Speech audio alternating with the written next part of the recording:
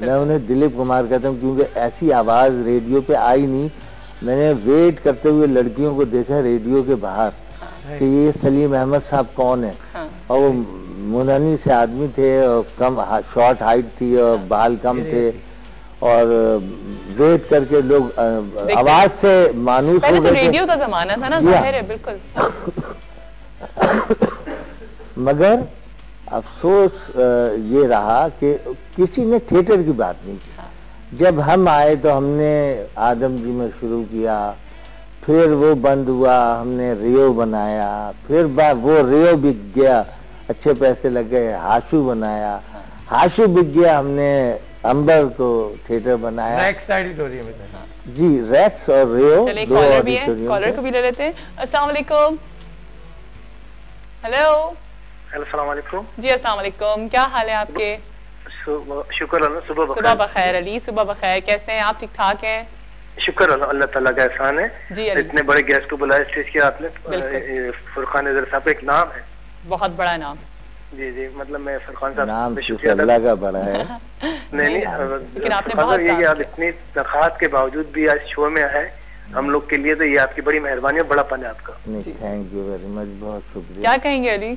हाँ, मैं जी फुरकान साहब ये सवाल करना था, इनके जमाने में जो हम लोग ड्रामे देखते थे और वो मतलब बकरा कस्तूरबा में रिकॉर्ड बिजनेस किया था अपने जमाने में, मतलब अब वो और कई हफ्ते तक चलता रहा स्टेज पे बकायदा।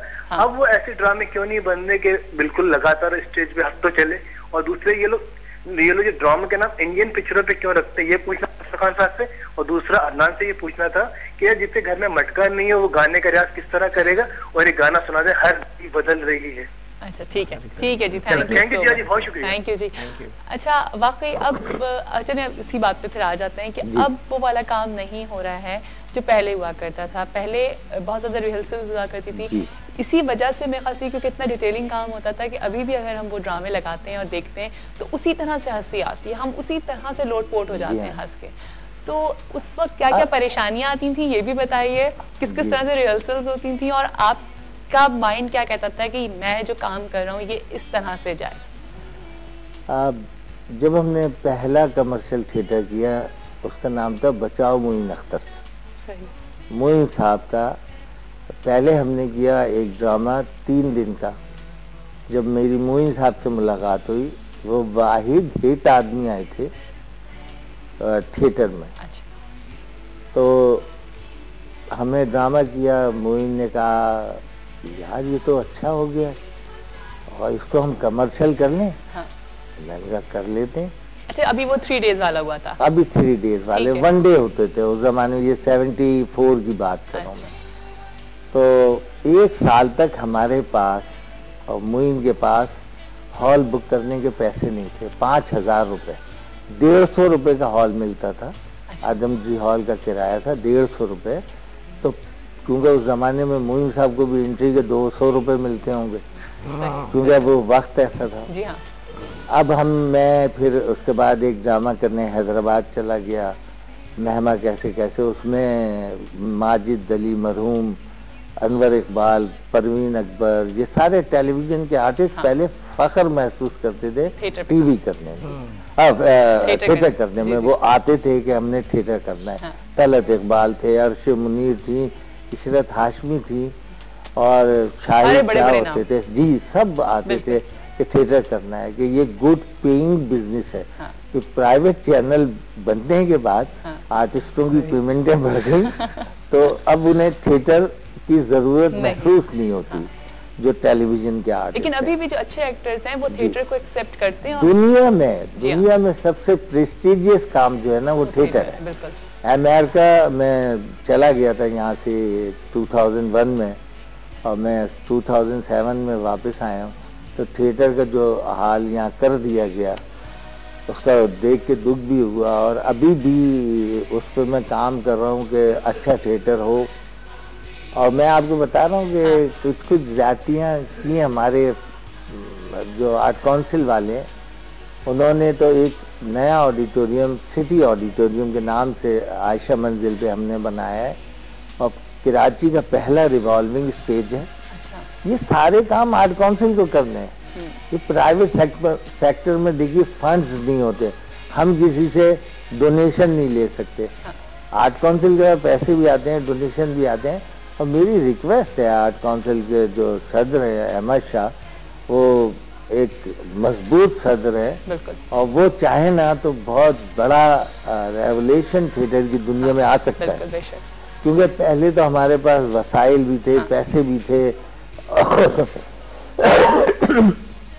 मैं क्योंकि बेसिकली फिल्म का आदमी था, तो मैं फिल्म की एडिटिंग करता था। ये पब्लिसिटी फिल्म आप देखती होंगी, जो उस जमाने में एक चैनल होता था PTV, तो उस पर जो 60% फिल्में मेरी चलती थी।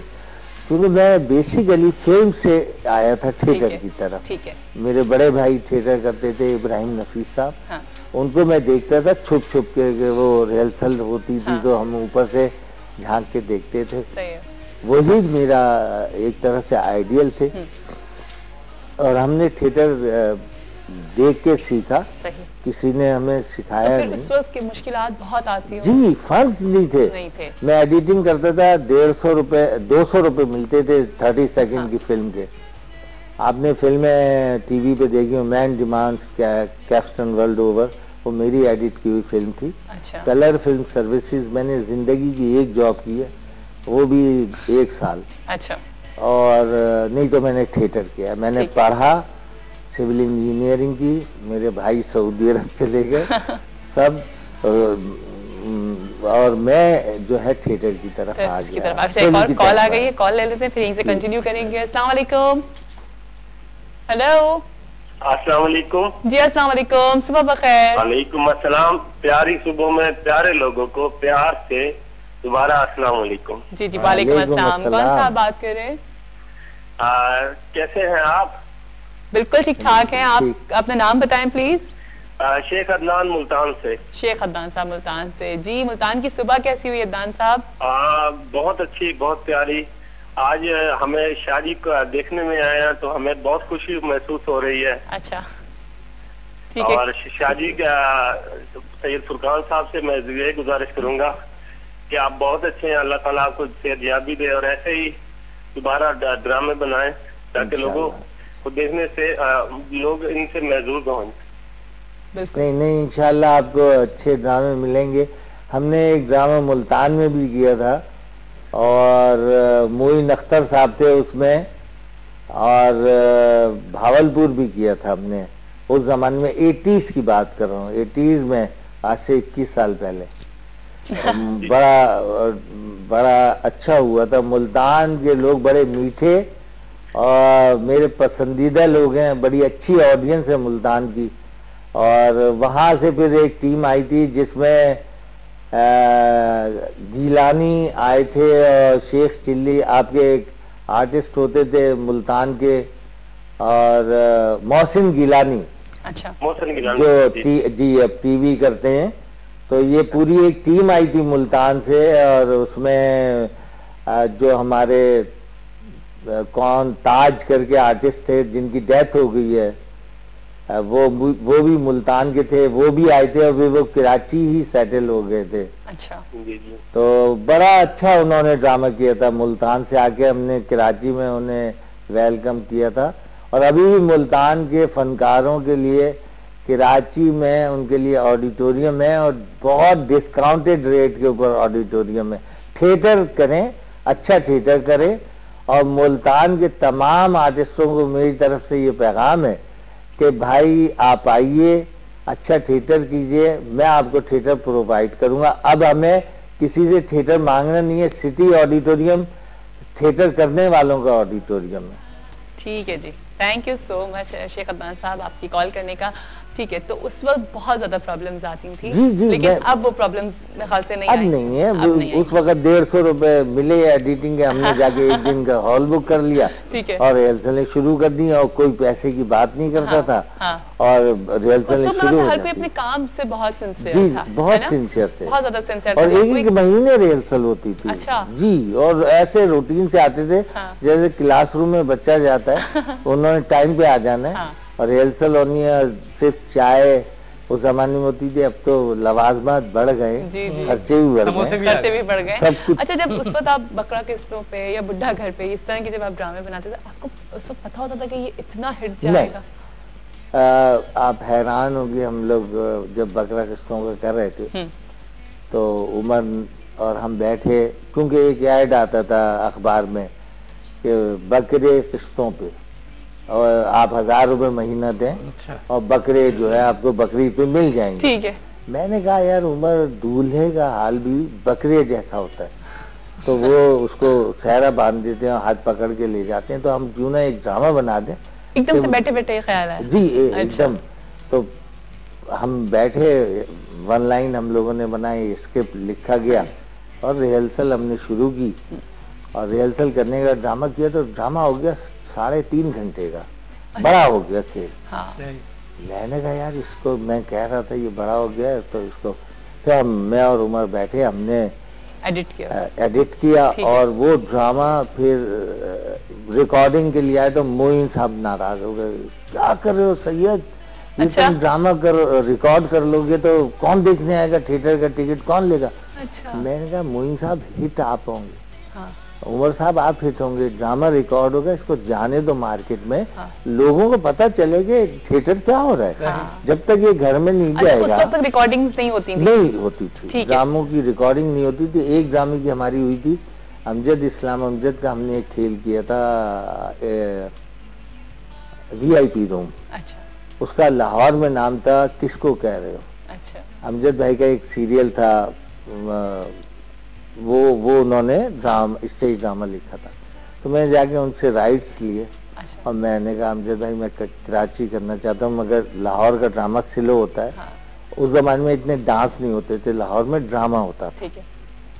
क्योंकि अली एजाज, नन्ना साहब, अपना खालिद अब्बास डार, अतिया शरफ, मसूद अख्तर और ये सब लोग ड्रामे करते थे। तो ड्रामे अफजाल साहब, अफजाल अहमद साहब, तो ड्रामे बहुत अच्छे होते थे। तो मैं वो ड्रामा लेके आया, मैंने उमर को लेके हमने वो ड्रामा प्लान किया। तो अमजद भाई कहने में ब्रोशर बना लो इसका। मैंने कहा बना ले, क्या मुझे और पैसे मिल जाएंगे। मैंने कहा बना ले। अच्छा, सब मिल बांट के काम। हाँ, मिल के काम होता था। हमने वो ड्रामे की रिहर्सल की और वो ड्रामा करने फिर हम 80s में दुबई गए। दुबई में नेशनल वालों ने उसको एक कैमरे से पिक्चराइज किया, क्योंकि वो स्पॉन्सर थे हमारे मेन, नेशनल टीवी और जो अप्लायंसेस होते हैं, उन्होंने रिकॉर्ड कर लिया। मैंने उन्हें मना किया, मैंने कहा हम ड्रामा रिकॉर्ड नहीं करने देते। वो पहला ड्रामा था जो वीडियो पे आया, तो वो ड्रामा उन्होंने रिकॉर्ड करके पता नहीं वो कैसे रिलीज हुआ। हाँ। और वो इंडिया चला गया। अच्छा।